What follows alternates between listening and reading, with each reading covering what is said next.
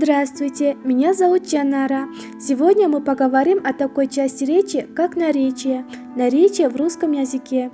Наречие обозначает признак действия и отвечает на вопросы как, куда, когда.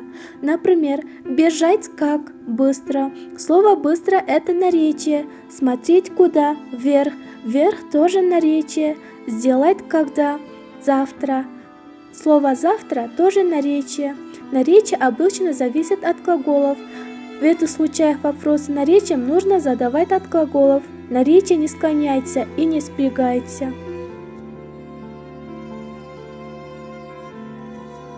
Наречия – неизменяемые слова. Они не имеют окончаний. Чаще всего наречие образуется от прилагательных, например, веселый – весело, узкий – узко.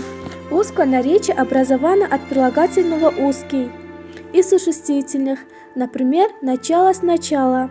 Начало от слова существительного начала мы берем наречие сначала, даль, вдали и так далее.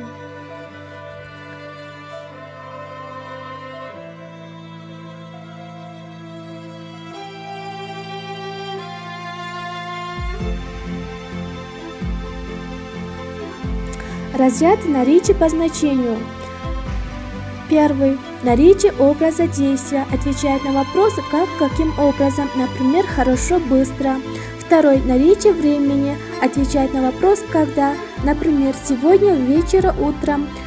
Третий. Наречие места отвечает на вопросы где, куда, откуда, например, здесь, там, дома, сюда, оттуда. Четвертый. Наречие меры степени отвечает на вопросы сколько и насколько, много, дважды, пятеро, очень.